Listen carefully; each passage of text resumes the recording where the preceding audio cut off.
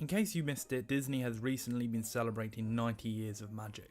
It's the company that has become so ingrained with the idea of childhood wonder that the mere mention of possibly re-releasing some of their greatest hits becomes terrifying. After all, what if they ruined our childhoods? The Mouse House now stands at the top of Hollywood and prides itself on delivering family-friendly entertainment, and they make sure this image is protected. But what about behind the scenes? The Mouse hasn't always been so squeaky clean over the years, and this list will count down the top 10 moments from Disney's past that they don't want you to remember. Dishonorable mentions.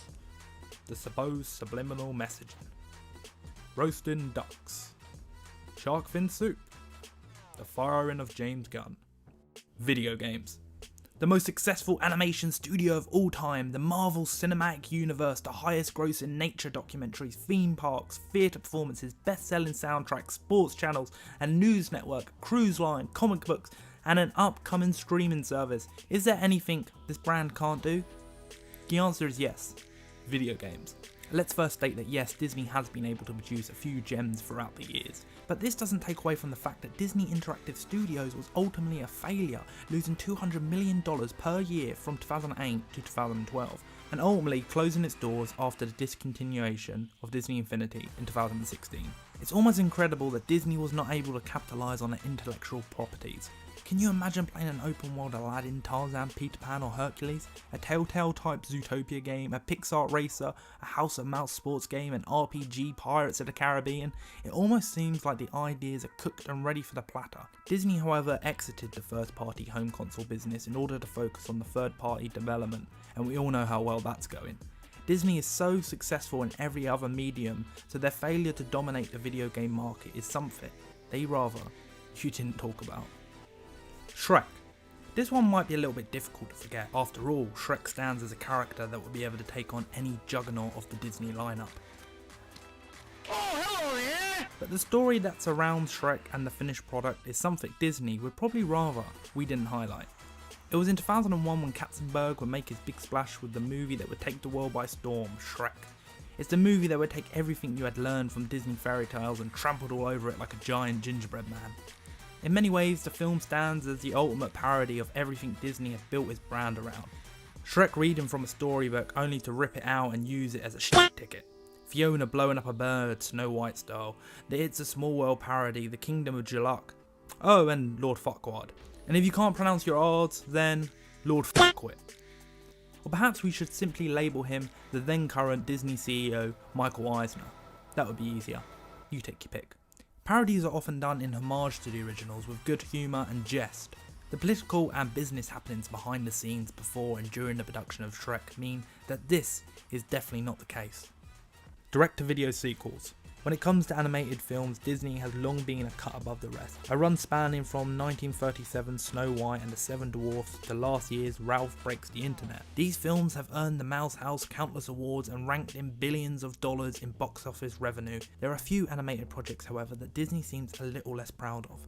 During the 1990s, Disney was on top of the world, receiving both critical and financial acclaim for each of their releases. This is when the company began to milk the cash cow and produce a number of low effort and highly questionable VHS sequels.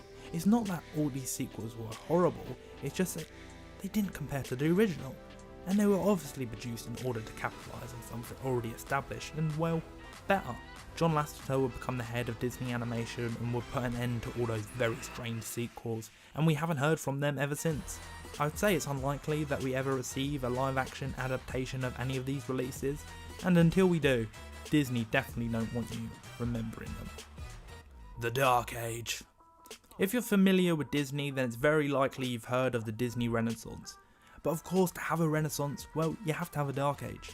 The Disney Dark Age, also known as Disney's Bronze Age, refers to the era in Disney animated canon where there were not as many critically or financially successful animated films, unlike most films that Walt Disney himself had produced and directed while he was alive. This time period saw the release of films like The Aristocats, Robin Hood, The Rescuers, Fox and Hound. Now normally this is viewed as the darkest point in Disney's animated history. I'm here to tell you it's not. Disney's post-Renaissance Dark Age was far worse. Beginning roughly in 2000, this saw the studio trying to wrestle with 3D animation while being body slammed by stiff competition from DreamWorks and Blue Sky. Here's a few of the releases that came out during the second Dark Age. Dinosaur, Home on the Range, Chicken Little, Meet the Robinsons, and Treasure Planet. And yes, I know the internet seems to have a weird connection with these films, but I'm not afraid to say they suck. They're decent direct-to-DVD sequels at best, and until they make it into a Kingdom Hearts game, which they never will, I'm right and you're wrong. And yes, that's my measuring stick, by the way, whether they get to be in a game with the leader of the Chain Gang. Outside of Lilo and Stitch, nothing released during this time period is still heavily promoted or has a prominent merchandise presence. If Disney ever makes a live-action retelling of any of these films, excluding Lilo and Stitch, then I will have this forgettable character tattooed onto my eyelid. This is an era that Disney wants you to forget. The Lion King plagiarism. The Lion King might just be Disney's crowning achievement as an animation company. It has turned into the most successful musical ever, and its soundtrack is one of Disney's most adored. Releasing around 25 years ago, the film holds up in every single way. The reaction and anticipation for the live-action retelling is just further support of the love that people have for this film. So Disney probably wouldn't want you to remember that one of their most popular films ever has been accused of plagiarism. The accusations are linked to comparisons to the 1960s anime series Kimba the White Lion. From the epic vision of a lion standing atop Pride Rock to the unforgettable appearance of Mufasa in the clouds, the Lion King does appear to mirror Kimba at certain points. Many also reference the similarities in the characters as a proof of connection, in addition to the main characters having extremely similar names, Kimba and Simba.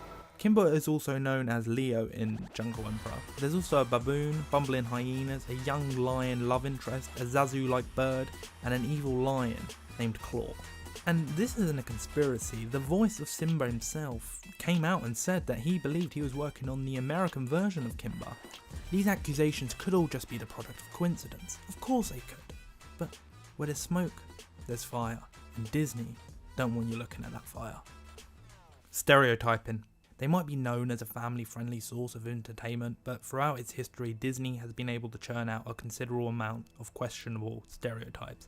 The Native Americans or Red Man from Peter Pan, the Siamese cats from Lady and the Tramp, Jim Crow from Dumbo, the Black Centaur from Fantasia. Many have even questioned the stereotyping of femininity in the Disney princess lineup, and many have linked the elderly and evil Disney characters. It can be argued that these characters were just products of the time, but it's hard to ignore some of the glaring misjudgments Disney would rather that you did forget. War propaganda. Contrary to popular internet belief, no, Disney did not produce pro-Nazi war propaganda, but they were responsible for creating propaganda for the US government. It was said that the widespread familiarity could benefit the US government greatly in producing support for the war. It's not surprising to see social commentary slipping through in some of Disney's productions, Zootopia being an excellent example of this. But the company that prides itself on family-friendly values doesn't want you to remember the fact that they were involved in wartime propaganda.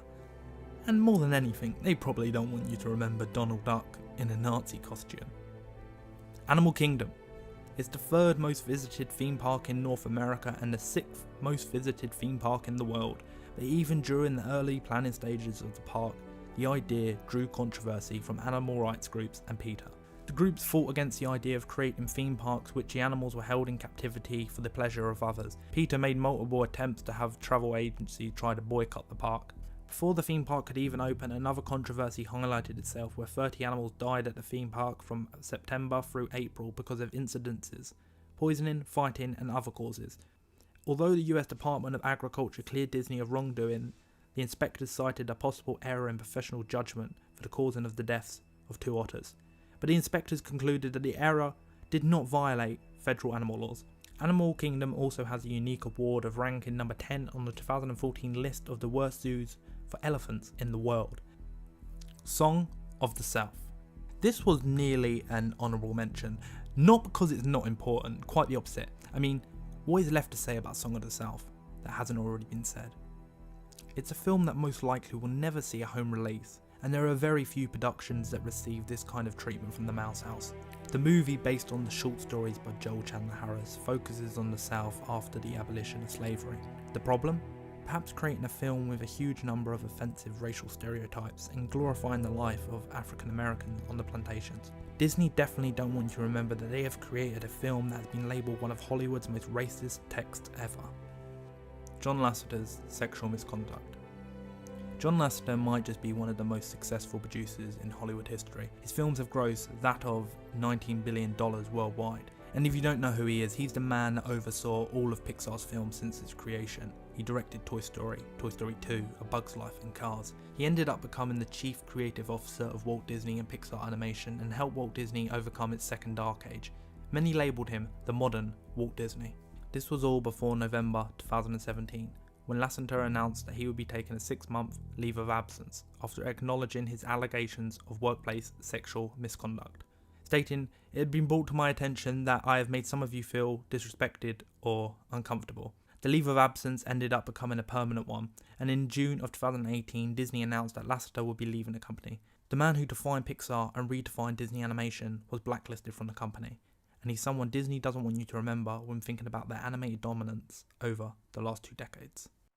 Thank you everybody so much for watching. If you want to subscribe to the channel, you can do that below. Check out the Patreon in the description. If you think I've missed anything, leave that in the comment section below, and until next time.